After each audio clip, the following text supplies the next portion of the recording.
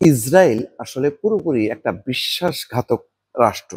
এখন দেখেন খবরটা যে ৪৫ জনকে হত্যা করে গাজায় যুদ্ধবিরতি কার্যকরের ঘোষণা ইসরায়েলের, এবং এটাই করবে তারা। ওই যে দেখেন লেবাননের সাথেও কিন্তু তাদের যুদ্ধবিরতি আছে, কিন্তু প্রতিনিয়ত লেবাননে তারা বিমান হামলা চালাচ্ছে। ওই সমস্ত কেয়ার করে না। ওরা টার্গেট করে করে করে করে যেখানেই যেটা খবর পাবে সেখানে হামলা চালাবে। এর থেকে নিস্তার নেই, আরব বিশ্বের নিস্তার নেই ইসরায়েলের হাত থেকে, এটা হলো পরিষ্কার কথা। এবং গাজা কোনোভাবেই তারা এটা তছনছ করা ছাড়া, মানে এটা একটা গনিমতের মাল আর কি। ইচ্ছা হলেও তারা বোমা ফেলবে, মারবে, ধরবে, যা খুশি তাই করবে, বিশ্ব চুপচাপ থাকবে। দেখেন এখন এই যে এইরকম শান্তি চুক্তি 20টা দেশ মিশরে যে শান্তি চুক্তির পর তারপরও ৪৫ জনকে খতম করে ফেলছে। এর মধ্যে ফিলিস্তিনের অবরুদ্ধ গাজায় ব্যাপক বোমাবর্ষণের পর যুদ্ধবিরতি কার্যকরের ঘোষণা দিয়েছে দখলদার ইসরায়েল। এর আগে রোববার দিনভর গাজার বিভিন্ন জায়গায় তারা বিমান হামলা চালাচ্ছে সৈন্যরা।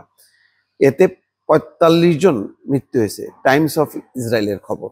ইসরায়েল জানিয়েছে হামাসের হামলায় রোববার সকালে রাফাতে তাদের 2 সেনা এবং 3 জন গুরুতর আহত হয়। তো বাস এটার এই একটা অজুহাত পাইল। যদিও হামাস বলছে রাফার সংঘর্ষ সম্পর্কে তারা অবগত নয়। তা সত্ত্বেও দখলদাররা গাজার বিভিন্ন জায়গায় হামলা চালায়। দিনের শেষ দিকে আবারও যুদ্ধবিরতি কার্যকরের ঘোষণা দিয়ে ইসরায়েলের প্রতিরক্ষা বাহিনী আইডিএফ বলেছে, রাজনৈতিক পর্যায়ে নির্দেশনা অনুযায়ী এবং গাজায় সিরিজ হামলার পর প্রতিরক্ষা বাহিনী আবারও যুদ্ধবিরতি কার্যকর শুরু করেছে, যা হামাস ভঙ্গ করেছিল। শুক্রবার থেকে যুদ্ধবিরতি কার্যকর হওয়ার পরও দখলদার বাহিনীর হামলায় অন্তত ৯৭ জন ফিলিস্তিনি নিহত হয়েছে। মানে এতেই গেছে ৪৫ জন। তার আগে হচ্ছে বিভিন্ন জায়গায় ১০ জন ১২ জন করতে করতে ৯৭ জন ফিলিস্তিনি নিহত হয়েছে এবং ২৩০ জন আহত হয়েছে বলে গাজার গণমাধ্যম জানাইছে।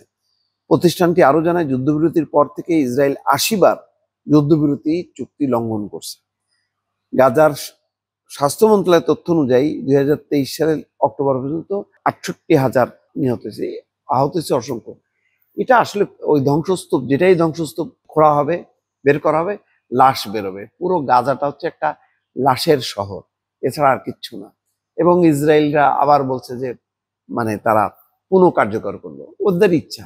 ওরা যখন মনে করবে হামলা চালাবে, আবার কার্যকর করবে, হামলা চালাবে, কার্যকর করবে। এটা ছেলে খেলা, এর হাত থেকে আসলে রেহাই নেই। ওই একটাই বললাম, ঘুরে ফিরে আমেরিকা।